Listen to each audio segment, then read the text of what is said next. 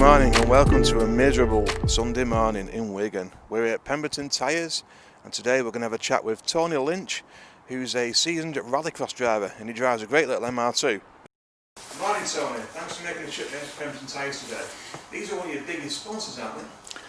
I wouldn't say they're one of the biggest, they're the longest time serving. It started many years ago, being a gentleman called Paul Barton, who was a good friend then, became navigating for me, and we started doing single venue rallies. And we came to Pemberton Tyres asking for a bit of sponsorship. And if I'm being honest with you, we truly didn't know what sponsorship was all about, but we knew we needed a bit of help and support because we couldn't manage everything ourselves. So we met Alan Bott, which was Alan Bott Jr. at the time. His dad had just had an accident, he was taking over the business, and he said, you know, what is it you want? And honestly, we hadn't got a clue. So Paul just jumped in and said, well, can we have free tracking and balancing? I think he was with £4 at the time. And he said, yeah, of course you can. He was into the sport, he liked the sport. He then took us in his office and explained he did motorbikes and he did all kinds of junior crossing, etc. And we hit it off. So we then went on to carry on with single venue rallying. And we were very fortunate. Like, we used to just have tyres that were round and black and that were good enough. And obviously meeting Alan and obviously his race experience, we became Northwest champions. And as soon as we became Northwest champions, Alan said, right, well, I want total control on your tyres. And if I'm being honest, it was like, total control on my tyres? You know, I thought, it's hard enough as it is, you know, what does that mean? And obviously what it did mean was the fact that he would obviously buy the tyres for us. We would always run on brand new rubber, but he would sell the second-hand rubber from the previous meeting. And I'll be honest with you, that was the change. It was, you know, we were the same team, we were the same lads, we were the same bunch of mates. But with Alan Bott's help and Pemberton Tyres' help, we just simply became 3 times Northwest champions and moved on to the national championship. And the fact of the matter was I'm not going to say I wasn't a good driver, because obviously I feel as I am not a bad driver, but the fact at the end of the day, we were putting new rubber on when everybody else's rubber was getting to the end of its tether, and that was all down to Alan Bott. And if I'm being honest with you, I owe Alan Bott everything, because the success that I've had today of being, obviously, I've got several British titles, I've got several national titles, and if I'm being perfectly honest with you, if it weren't for meeting Alan Bott, I don't think I'd be anywhere near them. So I owe Alan Bott, you know, everything in motorsport. Yeah. Where did the link to land sale come about? The land sale, you tell me, is one of the biggest now. It is currently one of the biggest, yeah. It's only simply because, again, as we got bigger and bigger and better, and obviously Alan suggested some years out when he was rallying, you know, the rallying national championship was getting out of our league because we were competitive but could never raise the budgets. And he suggested Rallycross because of the TV exposure, it might be easy to get sponsored, and he was absolutely correct. We did go on, and so we did get several championships under our belt with various sponsors, and the land sale deal that you just mentioned, that's just come about in the last probably 12 to 24 months really. Obviously Alan Bott sells various tyres, land sale being one of them, and we had a bit of a link there, and we got in touch with one of the owners, and at the moment what we're trying to do is prove to them that we are value for money, we are good exposure, and we will give them worldwide exposure. As you know, we're not superstars by no means, but you know, we have got a fair fan base, and you know, currently they are one of our biggest ones, because we did have Lucas Oils, but a couple of years ago we retired, which was a mistake.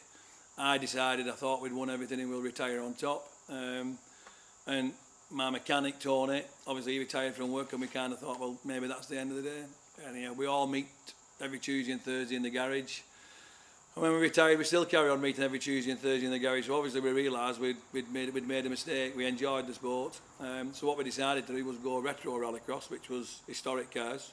We thought it'd be apt because Team Geriatric, it goes by the name anyway, but that's another story, I'll tell you that later on. And we just thought that if we did that, so we put a small package together. Lucas Oils are still with us with just oil at the moment, because obviously I retired and let the money go. And I'd love to have a title sponsor, and I'd love to be able to have, you know, Lansdale Tyres as our title sponsor, because there's a gentleman called Jackie Doo who is obviously he's the world motorsport director, and even he shares our stuff. So it's already worldwide, you know, and so I'd love to build up a relationship, and the contact through Alan Bott at Pemberton Tyres would be marvellous, because he's such a massive help, is Alan. Like I said, we're good friends now, you know, and it goes beyond just sponsorship with Alan Bott. You know, just unfortunately, when we have the likes of other sponsors that come along now, when people would at one day offer a small package. It sounds terrible now to have to turn them down because unfortunately, like what we're doing in the British Championship, we do need a few quid. You know, it is quite expensive.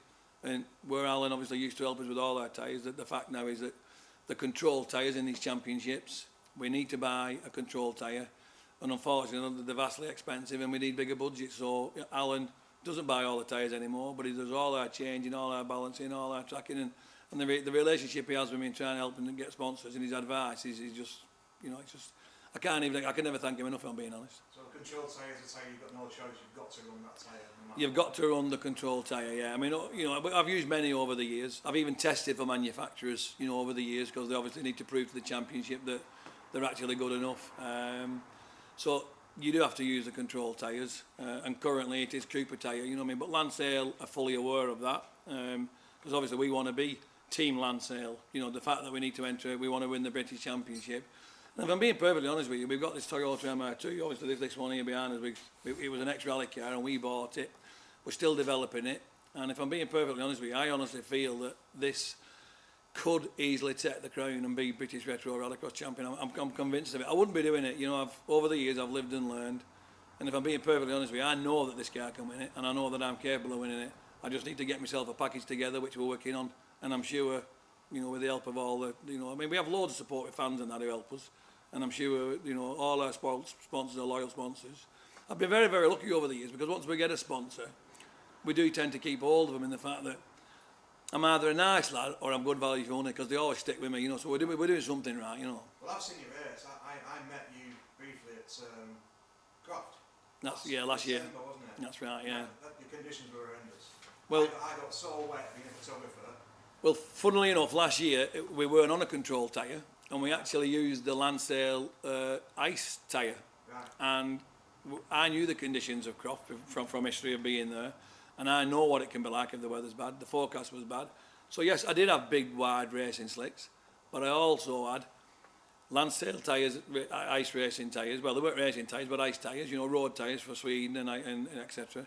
And Alan Bott, the experience of him, decided what you need is extra cuts in there, simply because it's that mud plug-in. We only do 4 laps. We're out there for minutes. We need to get them instantly warm. And if you were there, you saw we cleaned up. We set fastest time at day. You know, we won our class. And I mean, I was fast to be beating supercars is some statement, and we did that last year. I've seen a few of the Swifts, the front wheel drive cars. When you come back down to where I don't know what the corner's called, but I've seen some of the cars, and they were taking 20, 30 seconds to get 8 grass off. They would come slightly off the track. I know you on the hairpin. You were drifting around, overtaking everybody. Well, again, that's a little bit of experience because that's also ditch hooking. You know, I've been around that corner many times. I have done everything. I fell off there, I crashed there, and I've got around there because it's just 20 yards before the finish line. Yeah. So a little bit of ditch hooking, and obviously with it being this car being a mid-engine rear-wheel drive, I threw the front wheel into the ditch and obviously used the rear wheels to drive me around. So you actually kind of used the car and drove it with the throttle rather than the steering wheel. What kind of, I know you have 2 cars, you've got a Ford car and you've got this little Mark 1 MR2. What kind of power are these cars putting down? The Ford car, or KA as some call it, like that has actually got 320. It's a Ford Geriatric. And that really, if I'm being honest, we won the modified class in the British modified title in 16. We won the BTRDA championship and we thought we'd done with it. We never used it in 19, and obviously we started on this car in 19. But this year with COVID coming along and it depleted both championships, so you know it just meant that it was late starting.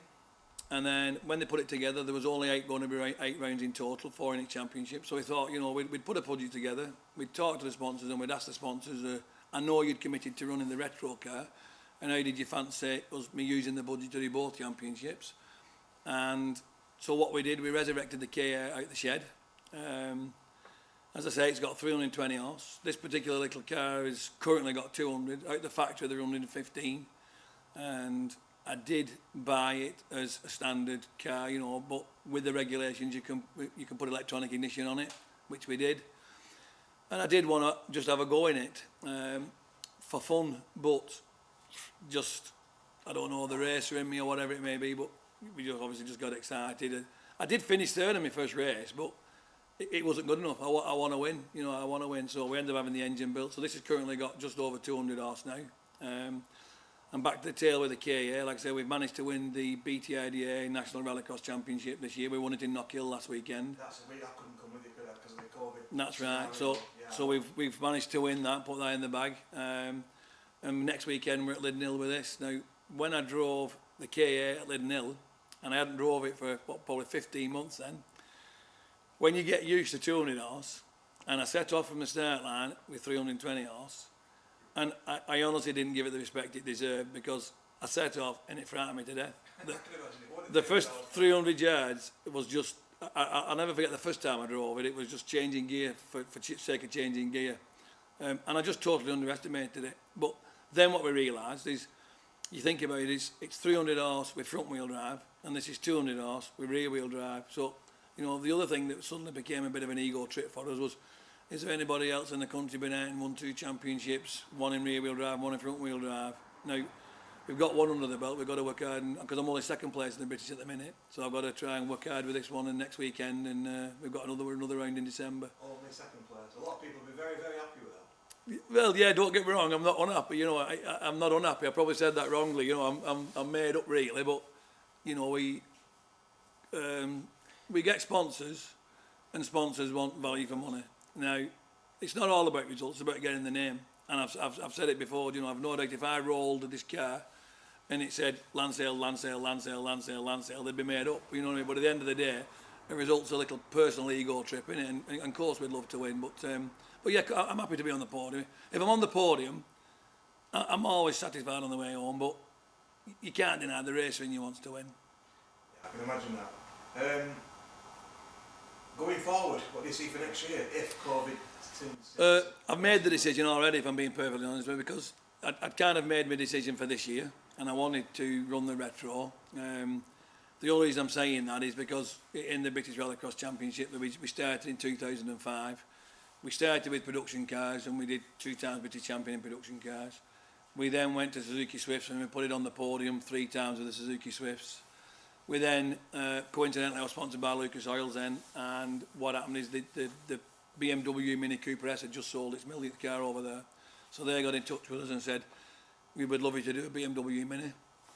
As it happens, we just rebuilt the Suzuki Swift, but you know, they wanted to run this BMW Mini, so we quickly got into a BMW Mini, and we managed to win the BMW Mini Championship. And then we actually was going to take that into a production class again, so we could obviously try and get the BMW Mini to win the production class. But the regulations just changed, and the car wasn't eligible. So that's when we first discovered we had to go modified again, because we had nowhere else to go. We put the BMW Mini in the modified class. It probably had just over 200 horse. Obviously wasn't enough.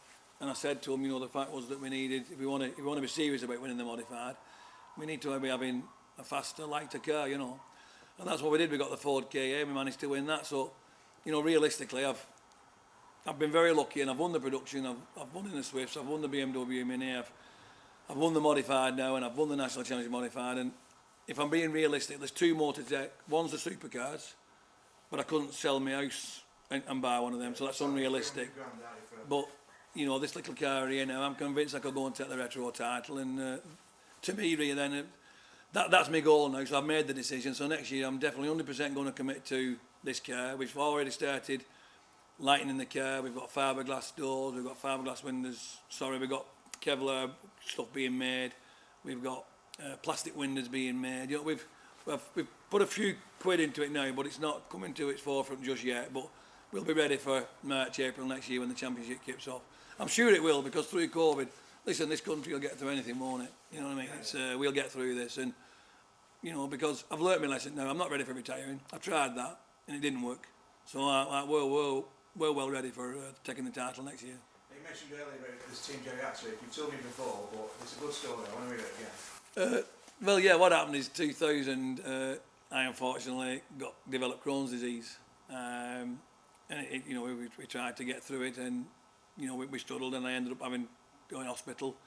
One of my main mechanics, Walter Jenkins, he had cancer. We lost poor old Walter. You know, I still run a sticker on his car now. It's emotional when I talk about it, but like, you know, he was just such a solid core. Like when the lad was there, and we had Tony Rice, who's my engineer now, and he's built all my cars for the last 30 years. And we were coming up with a drive because I had an Escort Cosworth rally car. I wasn't fit enough basically after getting back from the operation, the surgery. And we had been buying parts from a guy called Dave Baines who runs Autoquip. So he had this little stock hatch car which is production 205. And he'd said for ages, what we really want to do is go and have a go at this Rallycross. I kind of like mentioned it to Alan, and like as I've told you earlier, Alan's the one who said yes, we should do it. He said you should jump at it. And we honestly did it, if I'm being perfectly honest, we did it for what we thought was to get fit. And how the name Team Geriatric came about was we're pushing this 205 car up the drive, and the wife come out and saw us. Then you've got to picture this, so you've got Walter with tubes coming out of his nose and going down into his neck. I've got 3 bags on me, and tubes coming out. I mean, Tony Rice has got his nose that packed that it honestly, you should have seen it. It was just something you couldn't write it. And she said, you boys can't be doing that, like you look like a bunch of geriatrics. And just as a joke, it was just a self-addressed envelope, you know what I mean, the little label on it. We wrote Team Geriatric, we went down, we did an event. I think we finished 4th. And we just loved it. And we honestly thought next year we'll have a little go to get fit. Well, it just went from there to there. We just, we finished, I think we finished on the podium. Then it was a case, I wonder if we had a serious attempt, could we win at this?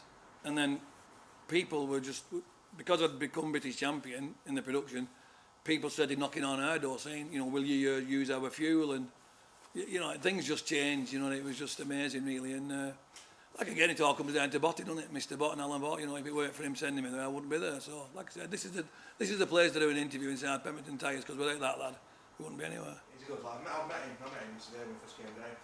The reason I came to Cross last year was I met your daughter very briefly. She told me about what you're doing. Oh, really? Yeah. What do your family think about your racing and what was on? The danger maybe? Well, I think the danger, I don't think they worry about the danger.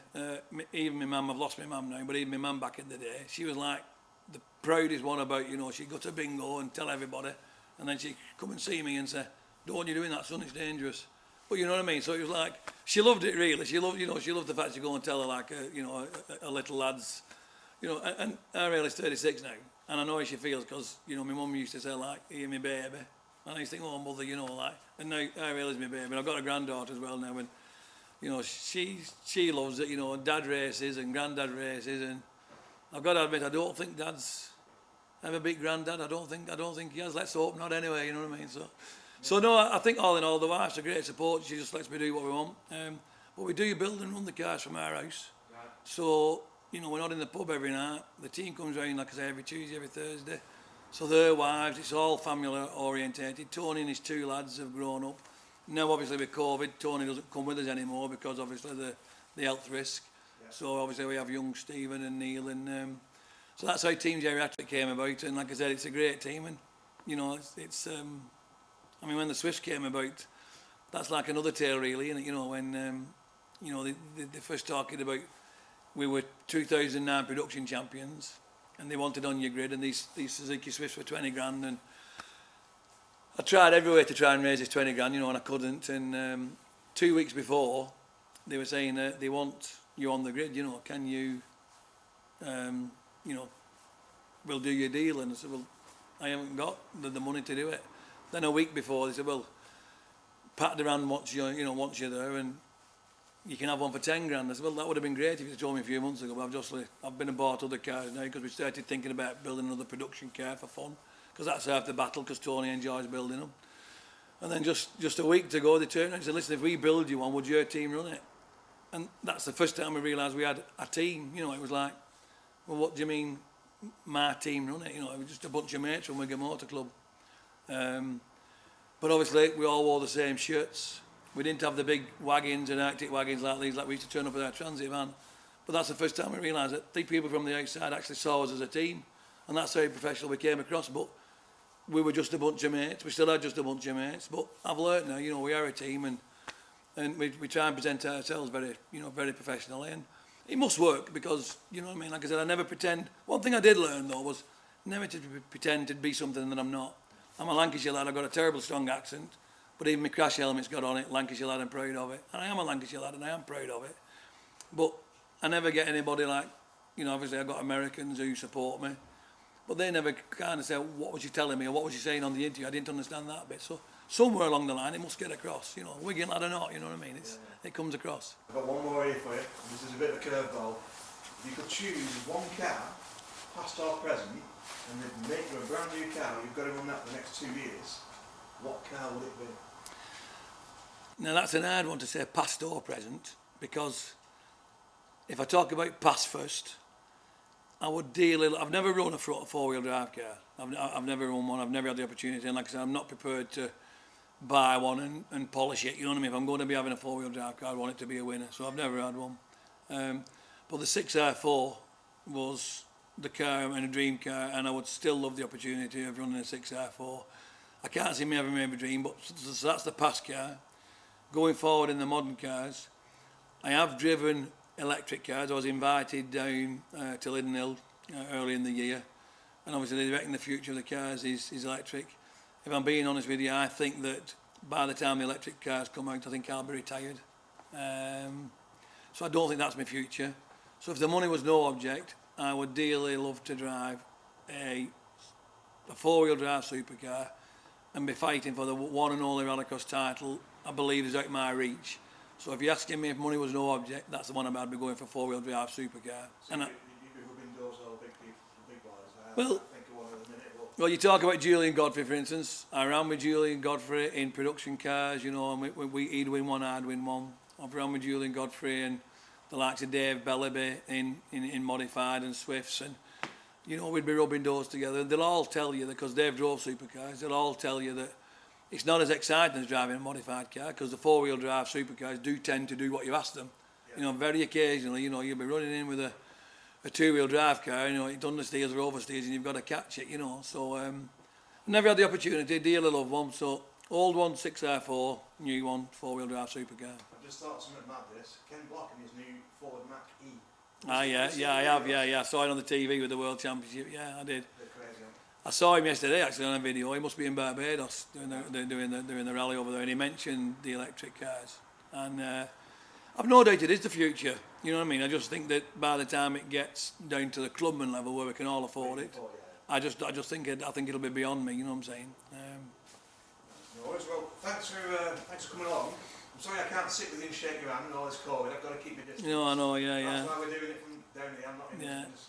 No, it's been great. Like I said, it's a great honour to especially hold it in this place, Pemberton Tyres. It's like I say, I've a lot to thank Pemberton Tyres for. I'm still associated with it. The owner, Alan Bott, like I say, he's the one who helps me in loads and loads and loads. So yeah, no, it's been a pleasure and an honour to do it in this place, and thank you very much for the invitation. Thank you very much, Tony.